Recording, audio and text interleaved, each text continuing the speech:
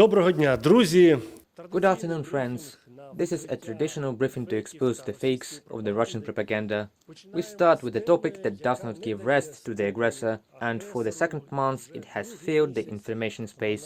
We are talking about the alleged development by Ukraine of chemical and biological weapons, secret laboratories, experiments on the Slavs, and so on and so forth. I have already said that after this fake has exhausted itself within Russia itself, they are looking for additional legitimization and implementation of this fake through international structures.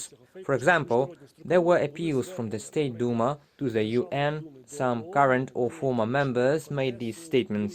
Now the representative of Russia in the UN organizations in Geneva, Gennady Gatilov, is entering the arena. At the same time, he decided to expand the topic of biological laboratories, and now he accuses not only America, but also Germany of the experiments. This is the latest news. Since Germany had not previously appeared in the list of these experiments, in brackets, when this fake topic was promoted in the information space. Therefore, Gatilov at a meeting on March the 31st said that according to him, the documents allegedly confirm the fact that Germany is implementing its own military biological program in Ukraine. Literally, he said this. As part of this work, the Nocht German Institute for Tropical Medicine organized cooperation with the Public Health Center of the Ministry of Health of Ukraine, during which the Ukrainian side undertook to supply blood samples of the Slavic ethnic group from different regions of the country. Further, Germany's actions previously unknown to the general public pose the same threat as US biological experiments and require detailed study.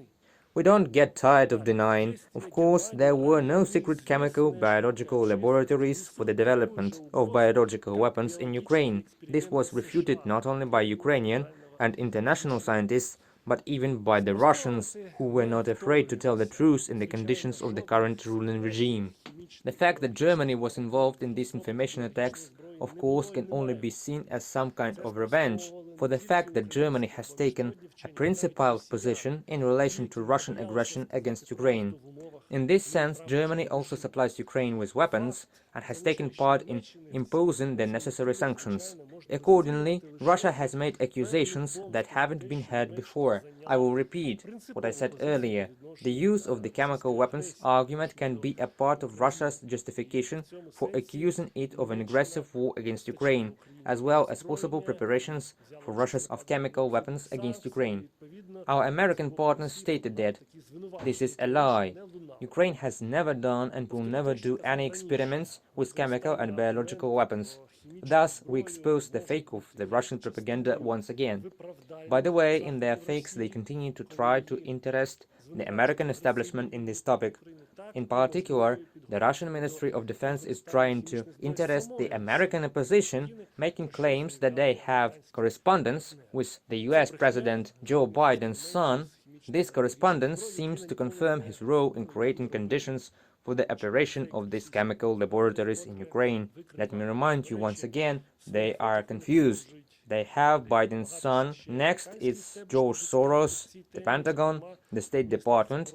They don't know whom to mention in the context of this fake program, which they have been promoting for almost 2 months in the information space around the world. Talking about biochemical laboratory. Another fake that we need to expose, which Russia itself has exposed already.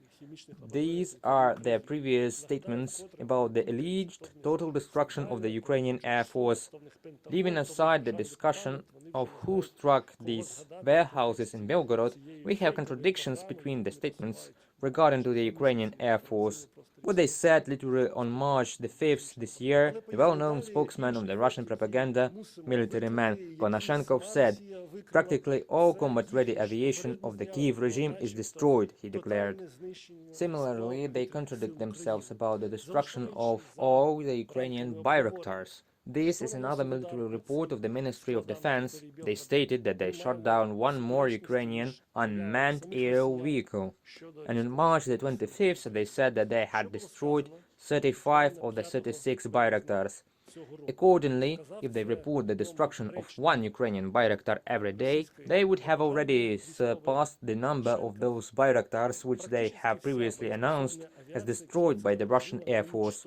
That is, they contradict themselves. Accordingly, this is just another illustration of the fact that, in their statements and actions, the Russian propagandists do not rely on facts, but rely on judging information in order to mislead both their local audience and the international community. And this again proves that they cannot be trusted.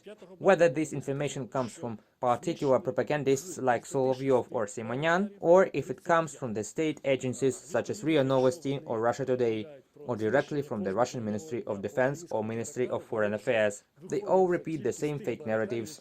Thank you for your attention. The briefing is over.